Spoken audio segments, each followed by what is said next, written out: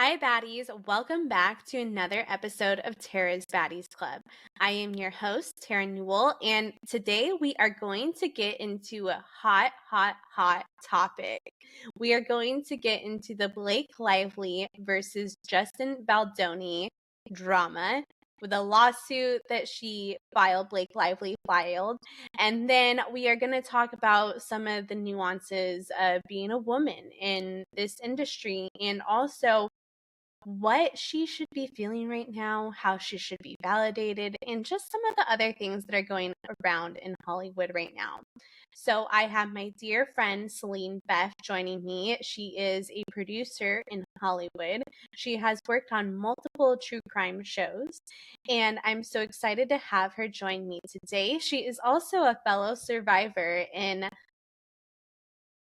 Billy Jensen case. Yes, that is the case. Well, allegations with me. So she has contributed to the Rolling Stone article that is out there, and I'm so excited to have her today. We have done her podcast before. So let's welcome Celene Beth.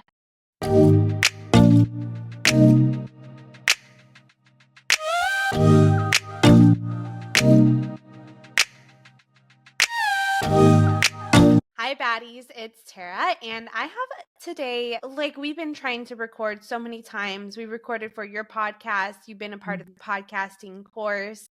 And each time we try to record, the Riverside doesn't work for us. But today it started to work. So welcome, Celene. Welcome. Hi, Tara. Thanks for having me. I'm so excited to finally work. Right? I'm so happy it did. Now, let's talk about how we met and how we know each other. Do you want to start? Yeah, we are like 2.5 years, give or take, I think, since we were first acquainted. And it was an unfortunate situation with how we became acquainted, which was merely right around the time that Rolling Stone was deciding to write this feature about Billy Jensen. And I knew of you, obviously, for years. And in the same circles that, we were kind of involved in, I mean, we had, similar people all around us. So I would hear things about you and so finally once we were able to meet and have that like first Zoom with all of us, it was kind of like we are kind of all one and the same right now. We all kind of have these same like weird vibes happening. And then from there it was like we took our time to like build and get to know each other, I feel like. And then just after a while, like it just clicked and I could see just how much you were just such a strong and loving person. And hearing your story about Billy and recognizing, I think we both struggled quite a bit in terms of like actually processing what happened with Billy, because I know you and I on my podcast, we talked, a lot about how we were feeling like similar things in those scenarios, but oftentimes as survivors, we just are in survival mode.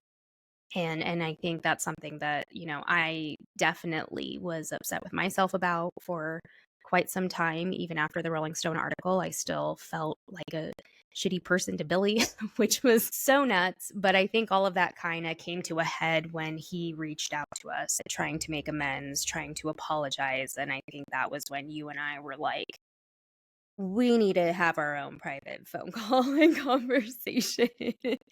And I was like super pregnant at the time. And I just remember thinking like, thank God I had you during that, because that was alarming. That was a rough go. But yeah, that's like the gist of it.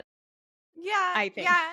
Well, and it's funny because I remember actually trying to like take space from it. Like Mhm. on that original call that we did, it was talking about how we were going to do a panel or something on this. Yeah, that's right. And then Forgot about that that. never came to the surface Mhm. because I think all of us were kind of also burnt out Mhm. from it. Mhm. And we were like, let's see how the Rolling Stone article goes. Let's see how that goes because we also didn't want to really like slander anyone or go after someone. We just wanted our stories to be out there and for some accountability in it. And raise awareness in our true crime community. I Yeah. mean, this is a community that we have been a part of for years. And so there is this feeling of like protectiveness, and we wanted to make others, aware, even though there was already rumblings about this for years, and I think again that just goes to show, the manipulation of these types of people in the industry, particularly men. And I know that's going to be a great topic of our conversation today. Absolutely, absolutely. So now that we gave like a little backstory of how we met, let's get into the drama that everybody is talking about. It is something that I'm highly interested in. We talked Mhm. about it on your podcast, Mm. and it was before she filed a claim. And it's crazy now because what I was saying in your podcast, I predicted this. Pretty much. Yeah. And I think the Blake Lively, Justin Baldoni thing has taken some like great reflection over this past week. And yeah, I think in our initial conversation, it was like, I want to say it was within weeks of it premiering. I mean, it was very like recent, and we were already starting to see the Blake, slander, if you will, just going left and right. And I think that's where like you were kind of chiming in, and you were saying like, well, maybe her team could have developed these PR, things to raise awareness about DV. So that's where our head was, Yeah. and that made sense that, you were explaining all of this. And then finding this out, I can't remember if I shared this in your episode, but I was a massive Justin Baldoni fan for many, many, many, many. Okay. Yeah. So in a way, this has been like a bit of a wake up call. So I was a big avid watcher of Jane the Virgin for Okay. years and absolutely loved Baldoni. I thought that he was just a fun character. But then once I started following him on social media, he was married. He'd had, I think, a kid like right around that time, or two kiddos. And seemed like a family man, seemed like very feminist, all the things that you want a Hollywood man to be, right? And then on top of that, he was so good looking. And and I'll be the first to say that I'm not the biggest Blake Lively fan. However, it was disheartening to watch the beginning of that, because it was like, I think all DV films, anything series that depict it's good. Like, I want people to understand what actually happens, in these scenarios, but there are ways to do it. And obviously, I was so irritated because I thought Blake has such a big platform to be able to raise awareness about DV, give actual statistics, talk about the things that we really need to be talking about as a society. So then I'm seeing that happening on Justin's end, right? And I am like, okay, well, still kind of confused why the whole crew and cast wants nothing to do with him, but he's doing exactly what I'm hoping Blake would be doing, right? Yeah. And so my brain was already kind of like, I don't know how to like rationalize this, because it felt weird. It did feel weird, like really in hindsight. And I was, again, trying to maybe give him the benefit of the doubt. I was like, I don't know, maybe. And I think you and I were talking about like directors too, and like their behaviors on set. And I'm like you were talking about one, saying that like they're, you've seen the explosive side of it, you've seen the really ugly parts, and then you come up to them and they're like, oh, hi, how are you, sweetie, how's your day? And that's such a real thing in this industry, so then I was like, okay, maybe you're right, like maybe he was just like atrocious that way. And then I read the actual lawsuit a few days ago, and sick to my stomach.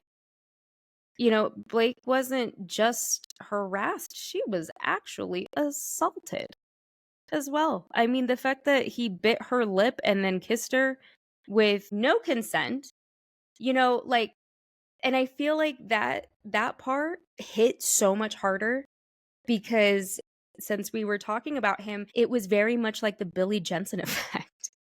Oh my that gosh, that yeah. I was like, "Is this why I'm having a hard time digesting this?" Because Billy was a champion of victims and survivors. He was very outspoken about these things. He was so kind and la la la la la. But then we know the other side too of him, right? Yeah. That's what was coming up as I was reading the lawsuit. That I was like, this is why I was fucking duped in real life. Yeah. Because men like this exist in Hollywood. And I have essentially said to my husband, I basically am starting to feel like I'm not going to be really supporting any men in this industry after some time, because almost every single one that I have liked has been outed or has some type of predatory behavior. But it makes me like recognize, as a DV survivor, as an SA survivor, and owning my story recently, now I'm like, okay, this is fucked up. And you're one of the people that I was just like, yeah, we should probably talk about this together. So Yeah. Well, there's so much backstory even mm, to it because Blake is really an easy target in this. I saw it that back in, 2023, January 2023, Blake Lively was casted and brought on as a producer. Colleen Hoover announced both Blake Lively and Justin Baldoni as the two main leads on TikTok. And then now her account is now private because of all the hate and the uproar from the drama, but the drama really started before the movie came out. yeah, You right. know, Yep. um, in May 2023, they began shooting It Ends With Us. Photos were being shared on social media, and then people were going after Blake Lively for her appearance, because the character in the book is a 23-year-old, and she has this fiery red hair with really pale skin. And in order to change Blake Lively's appearance, they made her like a strawberry blonde. Yeah. But she still has the same skin tone because you're not going to go bleach someone's skin Right. unless you're Harley Quinn. But Yeah. people were really getting at her on social media for even the outfits, saying that they didn't align with Lily's outfits from the book. And that is honestly where it all started from, is that people were already creating this hate towards Blake Lively because she is not the character that they envisioned. And you kind of saw some of this in Harry Potter when those books were coming Yeah. out. Oh, Yeah. yeah. Yeah. That people were like, this isn't what I imagined, or why is this person not white? Like you were hearing those things because, yes, while that is our creative side of our brains, but like, yeah, you're right. Like the commentary was already there. And I think that's where now my guard is up about everything on social media now. You know what I mean? Like, because that, again, look how easy it is to do that, Yeah. to just completely have the whole public all of a sudden vilify and hate one woman.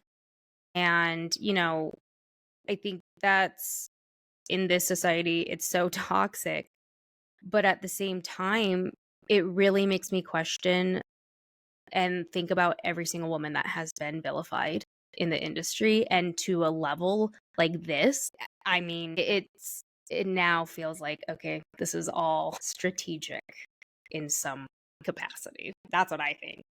Absolutely. And then, we go into mid-May. That's when they have the Yeah. WGA strike, along with they Strikes. had another strike too, right? A little bit in June, was that? June 2023, yes. And then it just like There kept was a few going, and then there was strikes. more. But there was a Yeah. lot happening. We're still recovering. Yes, yes. And then that's when Blake has the meeting, and then I'll go into what it says in the complaint that she filed on December 20th, 2024. So Blake files the sexual harassment complaint against Wayfair Studios, which is Justin Baldoni's company, alongside with Steve Sarwitz. And the complaint is Blake Lively versus Wayfair Studios, LLC, a California 19 limited liability company. Justin Baldoni, an individual, Jamie Health, or Heath. I'm going to say that again. Jamie Heath, an individual 20, Steve Sarwitz, Melissa Nathan, the agency group PR LLC, which is the one PR company that Justin Baldoni used. And then also Jennifer Abel, she is the PR person that was in like the text messages. We'll talk about the text messages that were in this document as well. And she actually branched off to start her own PR company. And now Justin Baldoni is also being sued by the company that he originally signed on with. And we'll get more into that as well. But basically, he is being sued by that because Jennifer breached off her own company, started her own company, and then Justin followed her and broke the contract agreement of the 1 year that he signed with the previous company. And so she's in this as well as RWA Communications, and then Jed Wallace, Street Relations Inc. And that is all the people that is versus Blake Lively in this. My God. Isn't that insane, though? That it's that many people to be doing this, and then knowing that they're going to Reddit and Instagram and just filtering, like truly, like I'm shook still. Like I know better, and like I shouldn't be that surprised, but like I said, it's so disturbing, and to know the amount of how much she actually had to endure that whole time, the whole time. I mean, just mortified. And now that I think you and I were also talking about the like weight comments or something as well. And so, you know, I do remember, I think when she had her last baby, and then again, as you always see, people are like, oh, she hasn't lost the weight, or oh, she looked, you know, and it's just like, it's so disturbing, but it's like, how far is too far? Yeah. But they wanted her canceled. They wanted her buried. I mean, that is terrifying. You know what is weird to me as well? That she even fought with him. Well, in the document, it says that basically, I'll get into it. Let me read it. Where is it? Okay, so here is what she was addressing before getting back onto set. So, one is no more showing nude photos or videos of images of women, including producer's wife, to BL, which is Blake Lively, and or her employees. So, allegedly, that is her assistant. I don't know if that was her assistant or not, but if it's other employees, I just imagined maybe the other cast, especially since they don't follow him. I'm thinking, and just, you know, this is speculation, thinking toxic work environment all around. He's just making people feel uncomfortable. And also, like, why? I've never met a coworker that was showing me nude photos. No, but I will say, I'm trying to word this very in the most like legal friendly way. But I did go through a toxic work environment situation around this time last year. And it lasted about 3-4 months, with sexual harassment being a part of the complaints. As one can imagine, there is this whole investigation process that happens, but there's also a head studio that has to conduct that investigation. So you have your head studio, and then you got a production company. There's some overlap with this lawsuit. Yeah. That's all I'm going to say. Okay. Well, and then... So... Well, this isn't like a lawsuit yet. This is a claim before the lawsuit as well. Because I learned that from... But to put context of like saying that, you know, just like you said, you don't know anybody who has like brought you nude videos or photos, right? I'm here to say sexual harassment can still happen even when you're working remotely. And I was so alarmed. Like that was the first experience that I have ever had where I thought, okay, I am seeing the ugliest, scariest part of Hollywood that I always read about. And I think, again, this is so by you saying that, like, it just goes to show you how ballsy some of these fucks can be. Oh, yeah. But I like what she's doing here. She's kind of getting all her ducks in order because she could have sent the Taylor Swift army after them. 1000%. Yeah. You know, she didn't do that. Instead, she did a meeting before they were getting back to filming saying, these are the things that I want. And if you can't give me this, then we have to renegotiate the contract. We have to, figure out another solution because I can't take all these things happening. And so number 2 is no more mention of Mr. Baldoni or Mr. Heath's previous pornography addiction or BL lacks of pornography consumption to BL to other crew members. So basically, this one's saying that Blake Lively maybe doesn't watch porn. Yeah. And was being told that maybe she should, and also being talked about on set when you're actually supposed to have this engaging romantic relationship with your co-star, on camera. And now this is being talked about. How uncomfortable would you feel? It's insane. That's insane to think about. Like, I can't imagine showing up to work and then being like, well, let me talk about my porn addiction to you. And to, like, again, the audacity.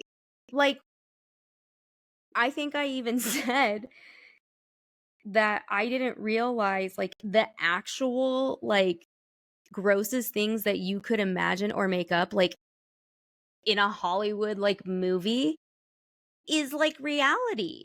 So again, it's like, I can totally see that happening. And that's so disgusting and so gross to me. And then the lack of an intimacy coordinator as well for that whole movie, like, that is insane too. But yeah, I mean, I'm very glad she was able to get a team together to put this timeline, put it so cohesively, and then be able to identify all of the issues that she already addressed and raised awareness of, which is common, right? Like, it is a whole process. So it's not just like she's making these allegations now in the lawsuit. No, they have the paper trail of all of this. So I'm just so grateful she does, because usually, that could end it. Yeah, no, it's important to have everything on paper. It's important to make sure that you complain if you feel a certain way. And people are even coming after her. I had a friend that works in the industry saying, why didn't she complain about this? Well, here is the complaint right here. She didn't want to get back to shooting. And I had to explain to the friend because the friend was also being hit up to work on this movie as well. So it's interesting. But, I feel like I should run over this maybe a little bit more and go into this like by threes because this is lengthy. It's a lengthy document. It's 80 pages. It's like 80 pages? Yeah. Yes. Yeah. So, okay, 3 is no more discussions of to Blake Lively and her employees about personal experiences with sex, including as it relates to spouses or others, meaning that people are badgering her about Ryan Reynolds, a huge celebrity. That's a no-no. Okay, number 4 is no more mention to Blake Lively or her employees of personal times that physical consent was not given in sexual acts as either the abuser or the abused. So basically, she's being told about people not having consent, and so that's rape or SA. And then number 5 is no more descriptions of their own genitalia to Blake Lively. Who in the world would do that? Number 6 is no more jokes or despairing comments to be made to Blake Lively and or her employees about HR complaints Wayfair has already received on set or missing the HR meeting. Okay, by the way, when you are a quote unquote whistleblower, you are protected under law. And so your complaints cannot be held against you. Yep. So that is ridiculous. Then number 7, no more inquiries by Mr. Baldoni to Blake Lively's trainer without her knowledge or consent to disclose her weight. And that's the thing that we talked about in your podcast. Yep. Then 8 is no more mention by Mr. Baldoni of him speaking to Blake Lively's dead father. I forgot about that. That's interesting. And we'll see some more stuff that comes up in this that will kind of like put the 2 and 2 together of his religion. Number 9, no more pressuring by Mr. Baldoni for Blake Lively to disclose her religious beliefs or unsolicited sharing of his. So basically, these two kind of go together a bit. Mm-hmm. I think he's very spiritual because then it also goes into like that he can't really sage people on set. Oh my God. And no offense, but no one wants to be hit up and told that you're being that you're talking to their dead father. And wasn't it like fairly recent, like the time frame of when he had passed? Like it wasn't even like that. I need to do a little bit more research on. I'll look, but I swear it was like not that long of a time before he did that. Yeah, so that is crazy because I even have some people that come up to me and say, I'm talking to so-and-so. People will go up to Collier, tell people like, oh, I'm talking to your mom. Oy. And that, like, I'm sorry, but like, if he wants to seek out a psychic, if anyone wants to seek out a psychic, a medium more so because mediums connect to the dead, that is their prerogative. They don't need to be poached. Yes. 1000%. So, oh my gosh. Number 10. If Blake Lively or her infant is exposed to COVID again, Blake Lively must be provided with immediate notice as soon as Wayfair or any other producers become aware of such exposure, without her needing to uncover days later herself. So it seems like there was an exposure leak of COVID. Blake Lively was not notified. Yes. And it's crazy too because we had such big safety precautions beyond when it was COVID times and filming. Yes. It was so intense. Intense. And I got COVID out in the field. Yeah. Like it was taken so seriously. Like I had to just literally walk off the set and it had to text everybody. Like I just physically had to remove myself. So the fact that, okay, it doesn't matter how many years that is, she's bringing her baby, her body's in postpartum. So she's susceptible to so many germs and all of that. She's breastfeeding nonetheless. Like as a mom, I'm like, are you kidding me right now? And then the fact that dumbass Heath or whatever his name was like walking into her trailer while she was getting the makeup done or she was breastfeeding. And my gosh, like I said, I mean, the amount of trauma that was inflicted on her. Right? Seriously, it makes me so sick to my stomach. And I regret, really ever like, I don't want to say doubting her, but understanding the level and the magnitude of what it actually was, if that makes sense. And I know that's a part of what was happening in the stupid, commentary all around us. And I know for myself, I can't beat myself up for falling for it, but I can absolutely sit here right now and say that nobody deserves this at all. And truly is a whole other level of what people were initially led to believe. Absolutely. And I am a true believer that smear campaigns are grooming campaigns. Oh, 100% now. Yeah. No question. Yes. Okay. Going into number 11. Intimacy coordinator must be present at all times when Blake Lively is on set in scenes with Mr. Baldoni. So this should be automatic, right? Yes. And the biggest red flag. Red flag. I mean, again, it's like, what do you mean you did not have a coordinator on set? Right. How? Yes. Yeah. And then it goes into number 12, no more personal, physical touching of or sexual comments by Mr. Baldoni or Mr. Heath to be tolerated by Blake Lively and or her employees as well as any female cast or crew without their express consent. Then going into number 13, no more improvising of kissing.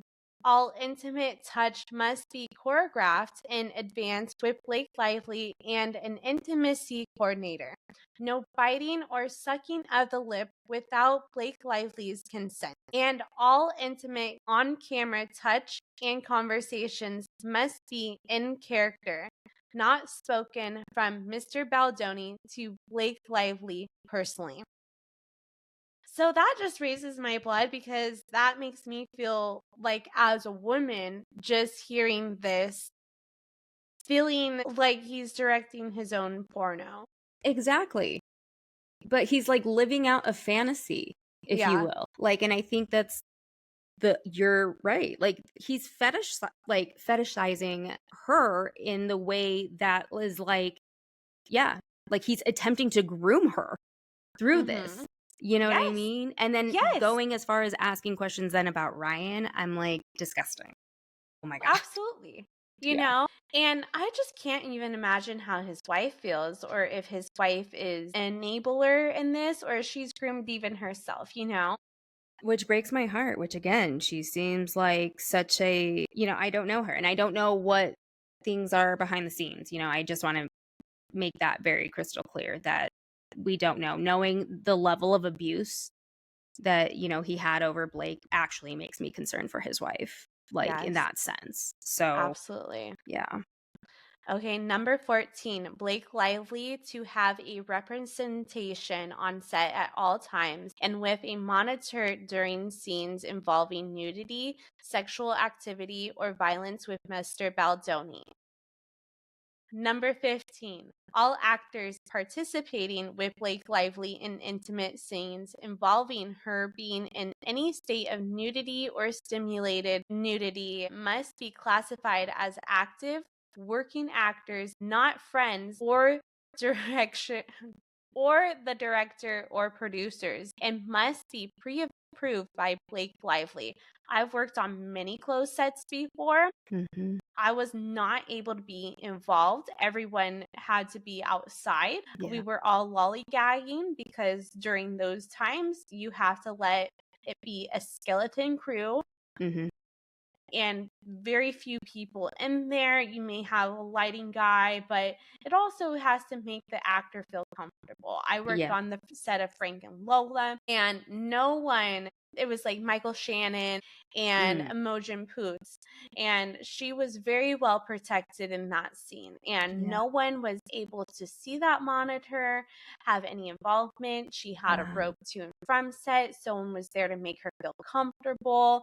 You know, this is the standard, and there's even more standards to this day because there has been many complaints with, say, Harvey Weinstein. You know, we put a lot of inflammations in set in order for other actors to feel safe. 100%. Yes, yes. So that would make me upset that everyone's able to see that, especially since she is a big actress, and I would honestly also have a body double for her. Yeah, truly. And then wasn't it the OBGYN? It was like Baldoni's friend who like wasn't even really an actor. I think something along the lines of that. Uh-huh. Mm-hmm. Yeah. Yes. And then number 16, no more filming of any Blake Lively nudity without a full executed SAG complaint nudity writer in place, aka like basically a body double in a sense. Mm-hmm. Any such footage already shot without this writer in place in direct violation of SAG requirements may not be used without Blake Lively and her legal representative prior written consent. And then, yeah, goes into 17, any scene by Blake Lively or any performer depicting the character of Lily that involves nudity or stimulated sex must be conducted strictly in accordance with the above reference nudity writer, and must adhere to Blake Lively approved script. I could imagine this footage being just like tossed around and then Exactly. Blake Lively being even more ridiculed with what she went through. Truly. And again, and where her body is being scrutinized left and right, not only on set, but out in the media as well. You know what I mean? Like, such a Yeah, vulnerable scenario. And seriously, again, heartbreaking. absolutely. Then goes into 18. An intimacy coordinator must be on the set all times for scenes involving nudity and or stimulated sex and must have a monitor to ensure compliance. Number 19, no monitors to be viewed or accessible on set or remotely during closed set scenes except by Blake Lively approved essential crew and personnel. 20, no more entering, attempting to enter, interrupting, pressuring, or asking Blake Lively to enter her trailer or makeup trailer by Mr. Heath or Mr. Baldoni while she is nude for any reason. Shouldn't this just be an automatic?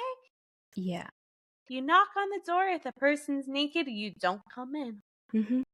Mm-hmm. This isn't a porno, guys. This isn't a porno, and even those stars should have this implemented on their set as well.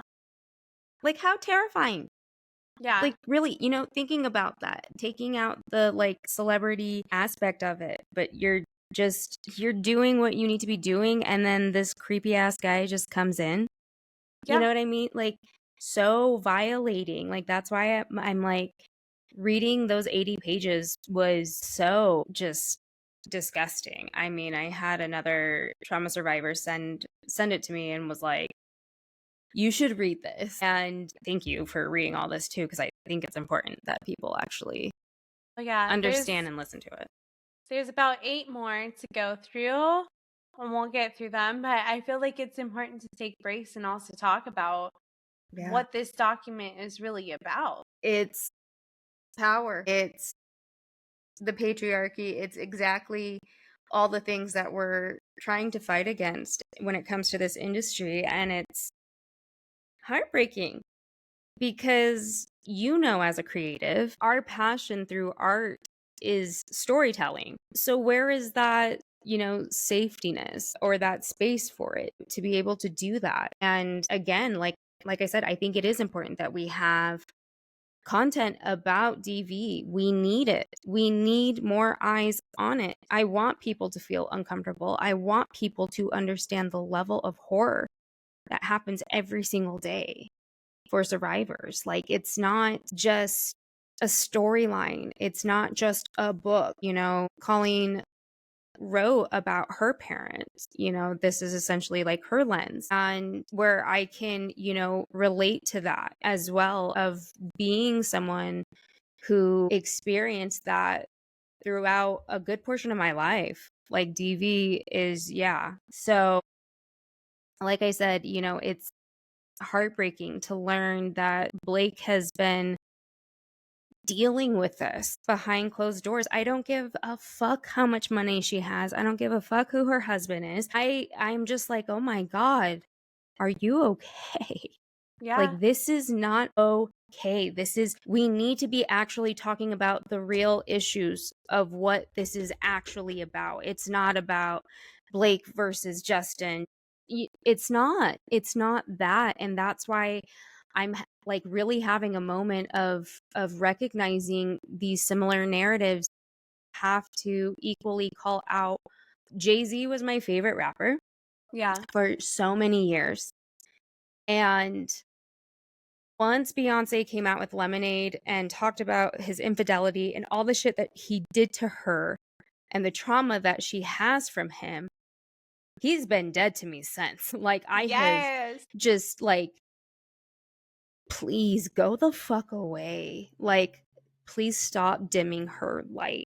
And so when those allegations dropped, well, who am I? I believe every survivor. I understand that there have been like recantments and, and this whole thing about the lawyer, but at the end of the day, this is a man who's worth billions of dollars.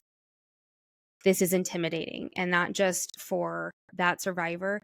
I can't imagine how that feels as a wife and having that. And so watching people attack Beyonce when she hasn't been named in a single filing. She's also a mother. The amount of trauma that she has shared with the world, especially on this last album, I'm scared for her. I'm scared for her too, but I speculate, and this is just speculation, so no one should go off of this as their opinion. Speculate that she is like knows stuff because like how To can a you not, degree. but then it's interesting how her PR team's really pushing her out there right now. But she's had those contracts for a long time. That's the Okay. difference, is that this isn't her PR team. She's had this set. I mean, I'm one of, like, truly, like, the Swiftie, I'm that Beehive person. Okay. Like, I pay close attention to her and what she does and the amount of money and who she supports behind the scenes. She's not, she really acts behind closed doors and keeps everything behind closed doors. And I think Okay. the level of understanding that I have in her lyrics, just as people, dive into Taylor's, that's what I do with Beyonce's. And I have never have heard an artist describe so many different traumas and in a way that feels like empowerment. And that woman has gone through hell, straight up. And so watching a Black woman be vilified for her whole career, this isn't just right now. Like, this has been year after year after year, and she keeps doing it and does it for the right reasons. But where I get stuck is him. Okay. Is Jay-Z, where I'm just like, I don't know. Like, I can't say, but I do know they were separated. Okay. That was something that did happen again during that Lemonade like time. And so, but we also have to understand that P. Diddy has duped this entire world for decades. Jay-Z is older than Beyonce and Yeah. definitely has way more skeletons in his closet than we probably will ever know. Yeah. I feel comfortable saying that. And knowing what I know from people in this industry who have followed some of these rappers' downfalls, how do I say this? Lives are on the line, period. Like, so she could be at danger then too, correct. for even like speaking out. Correct. The other concern I have is, again, Jay-Z has been able to be such a prominent figure in the entertainment industry for so many decades. I can't imagine the allegiance of people for him who like to stifle things for him. And again, we also know as survivors, when is the most dangerous time to leave? Is when you actually leave. That's when your life is in the most danger. I want people to remember those foundations regardless of celebrity status for anybody. I don't give a fuck if you are a liberal, if you're a Republican, I don't care. If you are trying to leave a DV relationship, like, So when I say that I'm concerned, I am concerned. I'm concerned for Blue Ivy and the fact that the allegations and all of that dropped the night before the Mufasa premiere, and that is Blue Ivy's shining moment as a 12-year-old girl who has been scrutinized in the media also her entire life. Watching him get on that red carpet, my blood was boiling, but also I understood as a parent, you want to support your kid. And I could see it in Beyonce's face that she was trying not to cry. Like, you could really see it in her face, that pain.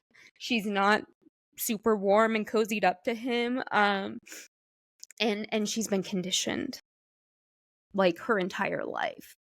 So that performance really was a testament to not only America and what she's really trying to say in her music, but I also think she's also trying to rise above it all. And we don't know what's going on behind the scenes. We don't know if they are separated. And she's the type of person that doesn't want people to know that shit. And that's her right. We don't deserve to know everything in these relationships. So it's hard when, we see the parasocial stuff happening. We see that in our own worlds, in our own lives. But also think about how we've been vilified as well in these like Reddit communities and people making TikToks and leaving horrible reviews when in reality, we're not perfect.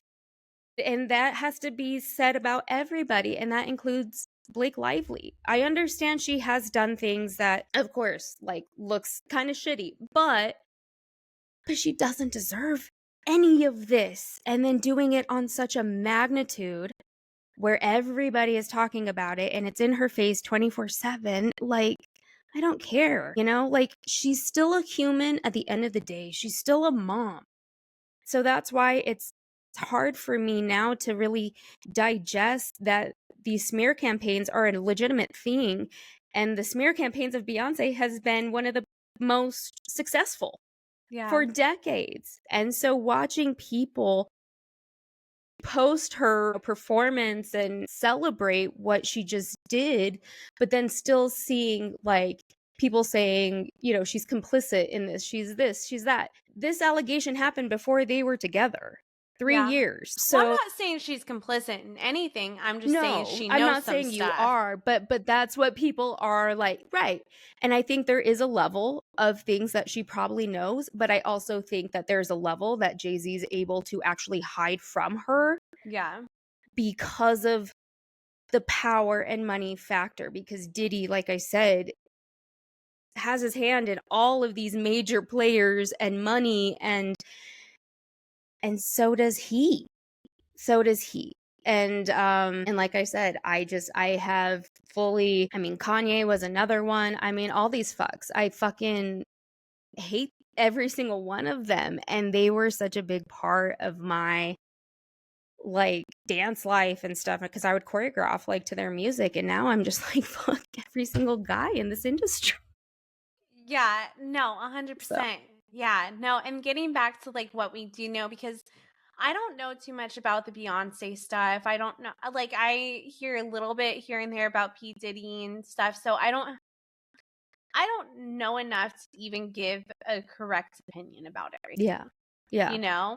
Where the Taylor, or not Taylor Swift. Why do I want to say Taylor Swift? We always say Taylor Swift. Right. The Blake Lively stuff, the Justin Baldoni stuff, I've done extensive research. I've done extensive research into the book. I've read the book. I've watched the movie twice, and now I'm rereading the book so that I have more context of actually what's going on, and so I can compare the movie and the book later as well.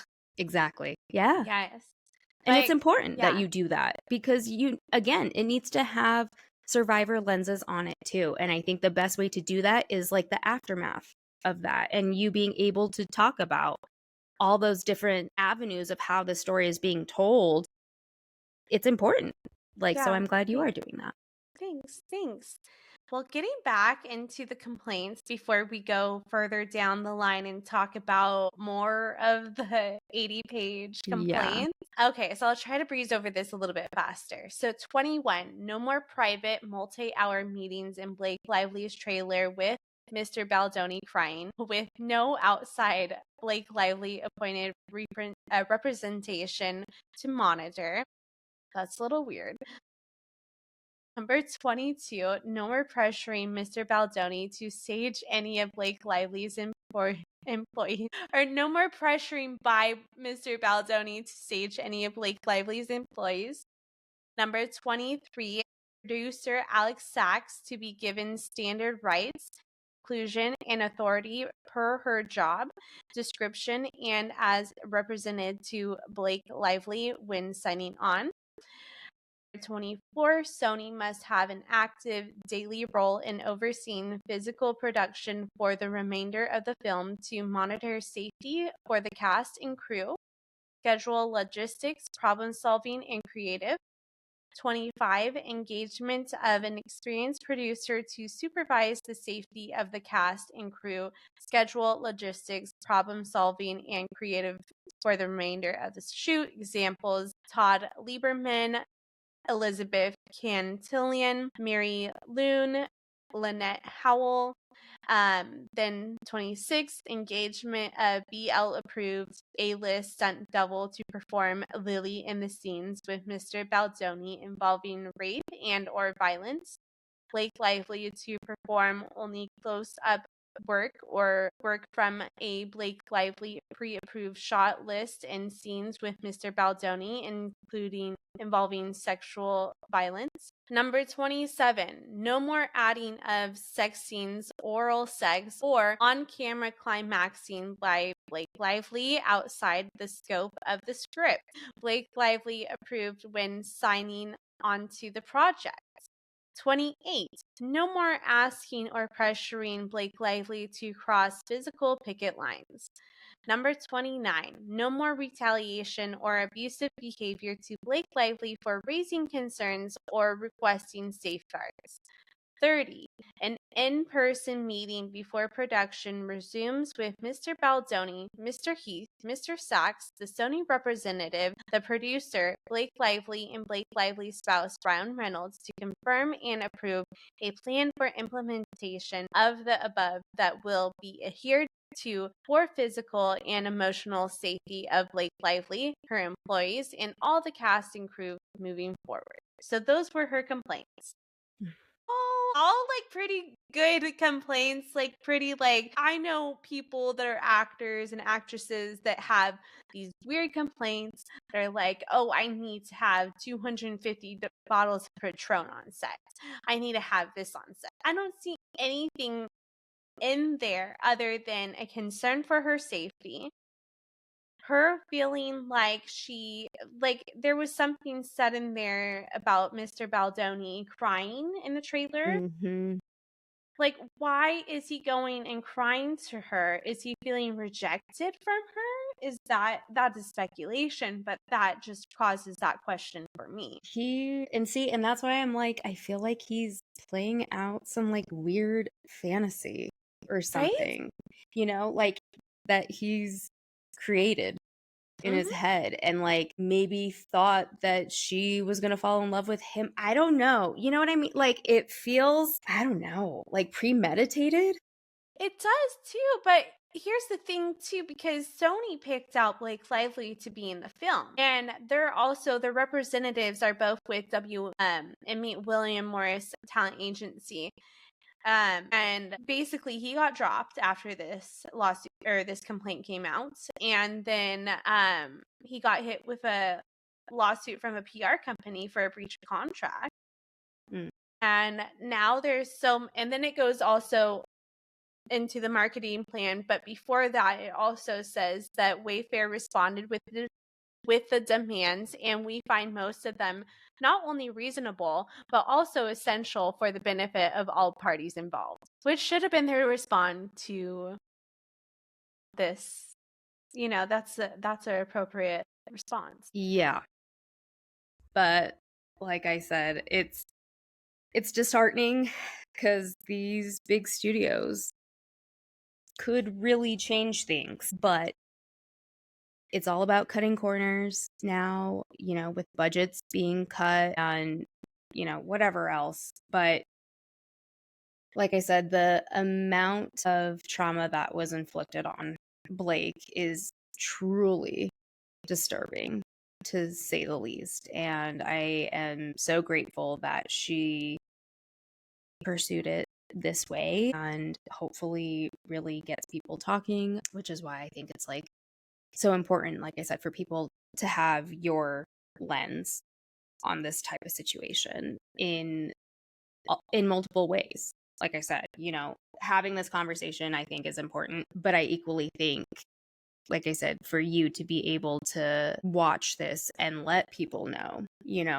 what are your thoughts on it? How could it maybe have been better? How was, the betrayal of it all? Or, I don't know. I just think it should just serve as a cautionary reminder that it is so important to have these safeguards when it comes to filmmaking or any type of creative arts, when you're depicting rape, when you're depicting DV, and also think about how does that emotionally and mentally affect the actor too. You know, like having to put yourself in that headspace as well. And I don't know. Now I'm just getting so philosophical with it. Well, let's go into the marketing plan where they talk about how they now are going into the smear campaign Yeah. about Blake Lively. So the complaint then goes into the marketing plan, and the plan says the plan.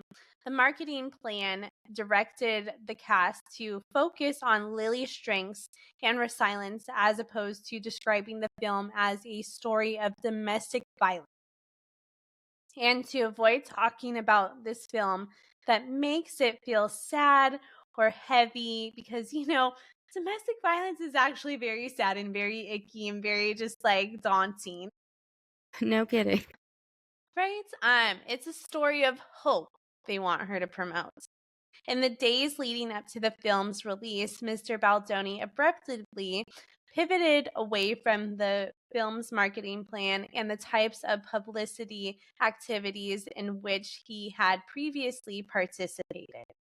What the public did not know was that Mr. Baldoni and his team did so in an effort to explain why many of the film's cast and crew had unfollowed Mr. Baldoni on social media and were not appearing with him in public. To that end, he and his team used domestic violence, quote unquote, survivor content to protect his public image as described in further detail below. And then it goes into say basically like all the stuff that he did, how basically he had this whole plan to go after Blake Lively. There's text messages and threads that go into basically saying people that want to ruin Blake Lively. It's a whole big thing. Yeah. And I sent And then you the text messages in themselves are like so damning. Like there's no way around that, guys. Like that's pretty right? bad. Yeah. My goodness. And this whole complaint is in the New York Times. You can look it up, get a deep dive. But these text messages are basically talking about how they want to bury, quote unquote, literally says in the text messages how they want to bury like Blake Lively. They use examples of Hailey Bieber. They use examples of other celebrities too that have been buried. They talk about how Blake Lively has had issues with previous actors on set, aka, for instance, Lethan Meester on the set of Gossip Girl. And that was also being just thrown in there as well. But look, like, it doesn't even matter at the end of the day. Like, when people start picking at who you were so many years ago, you know what I mean? People evolve, they change, they mature. I don't know. It's just not fair. I hate that. Yeah. Well, and who doesn't have a bad moment?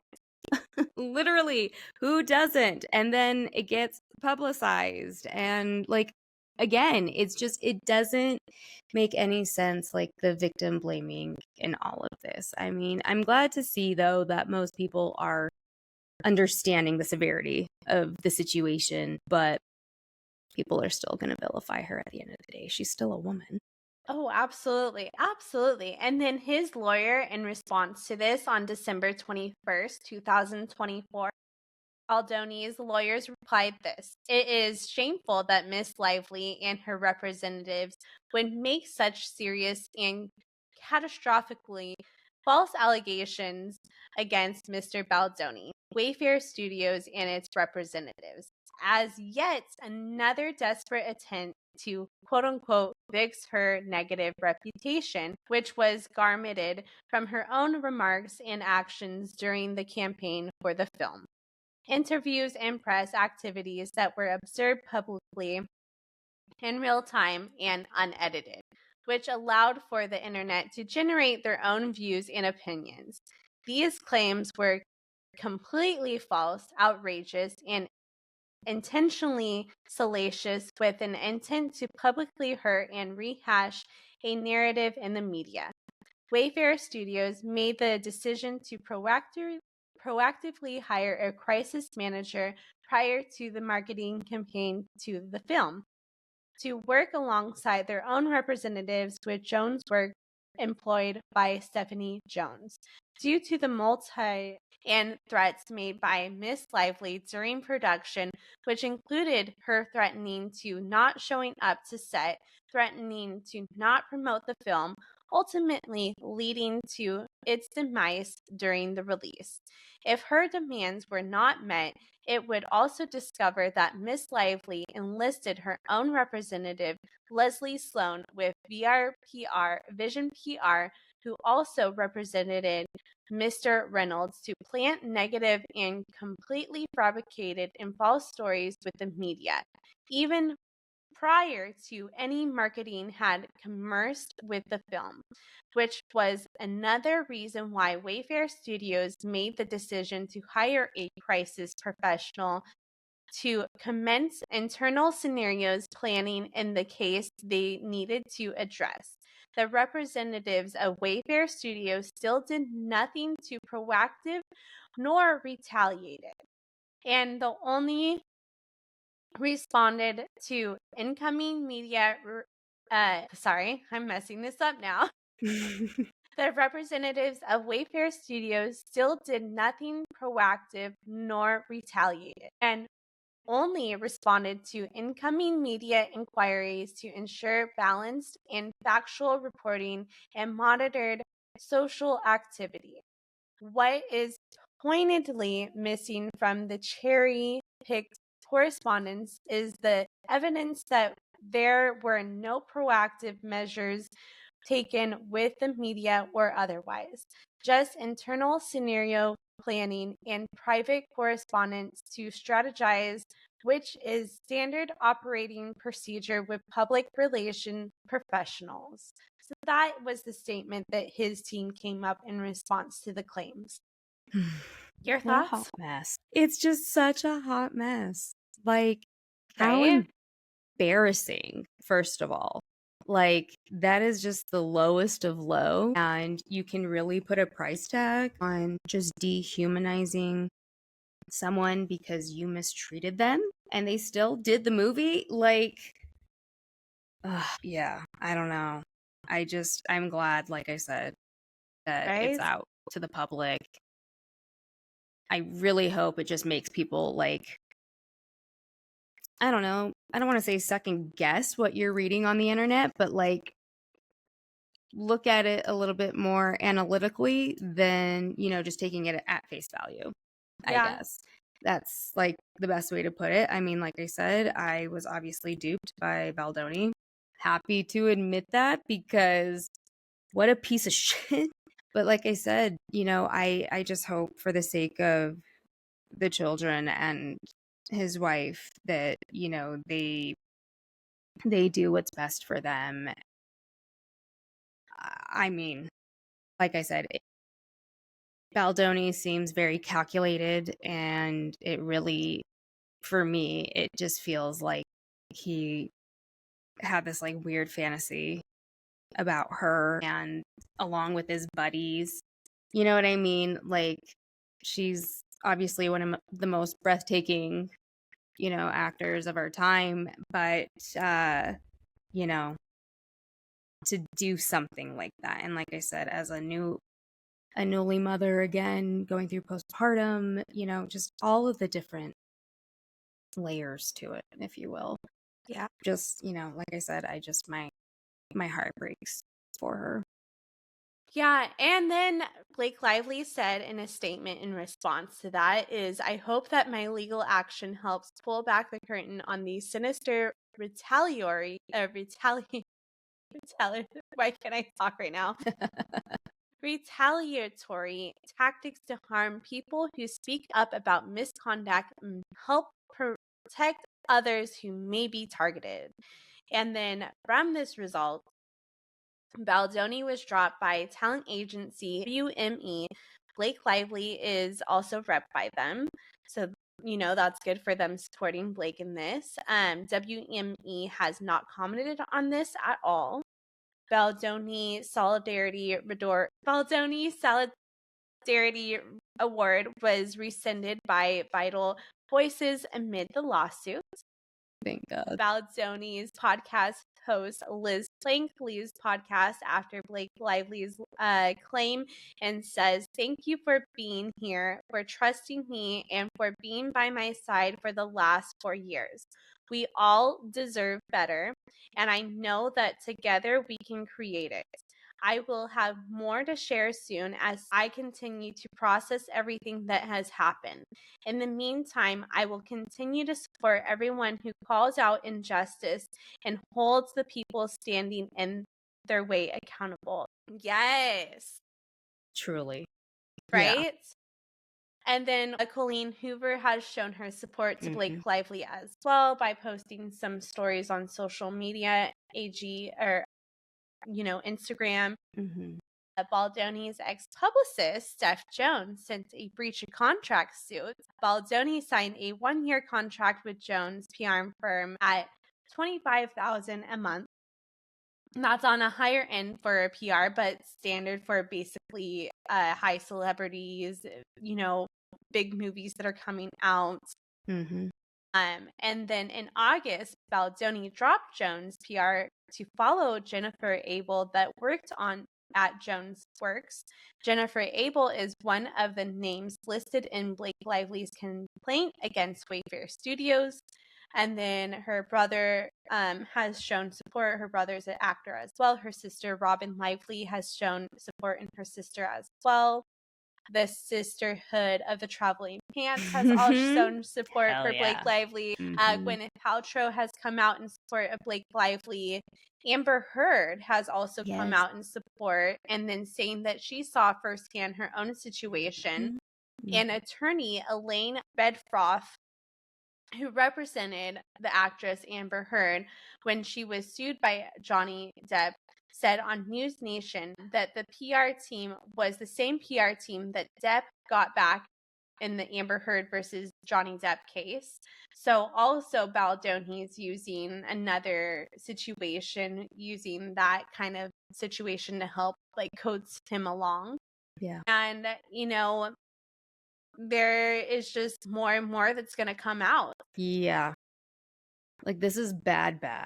Mm-hmm. I mean, truly, like, to summarize it,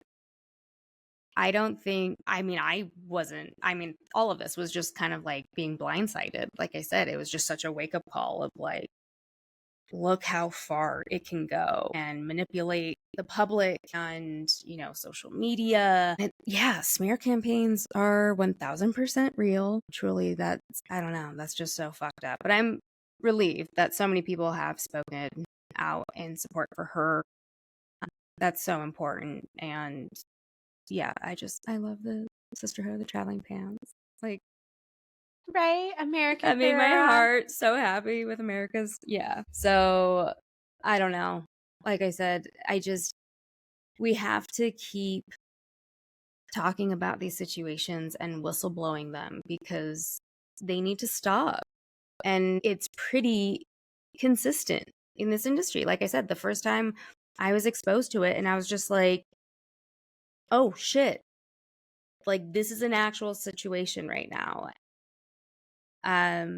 Needless to say, like, it really opened my eyes to that really dark side of Hollywood.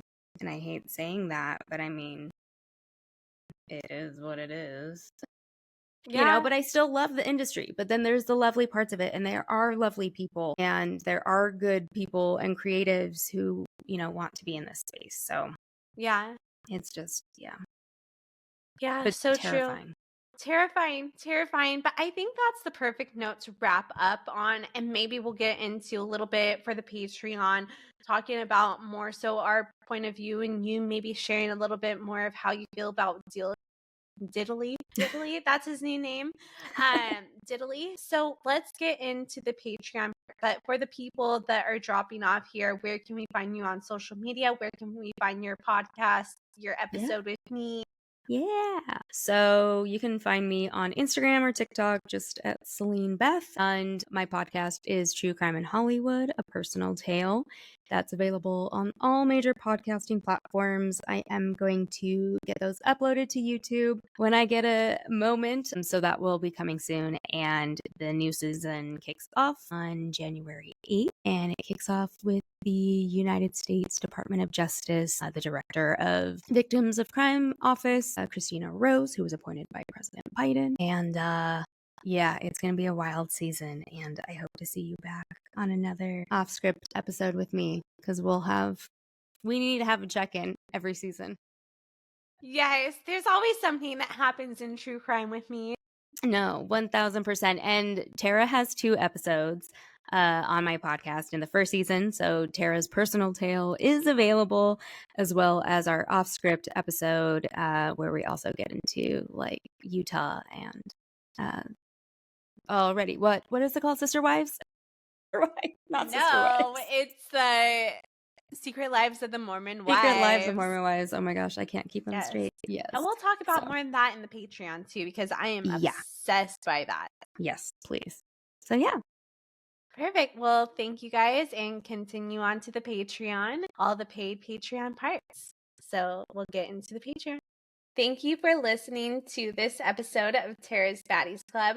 A reminder, there is always extra content on the Patreon. It's just $5 a month, guys. So please join, help support the podcast, help support me to put it out there, because all these programs cost money to put it out there. So please, please, please help support me in joining the Patreon.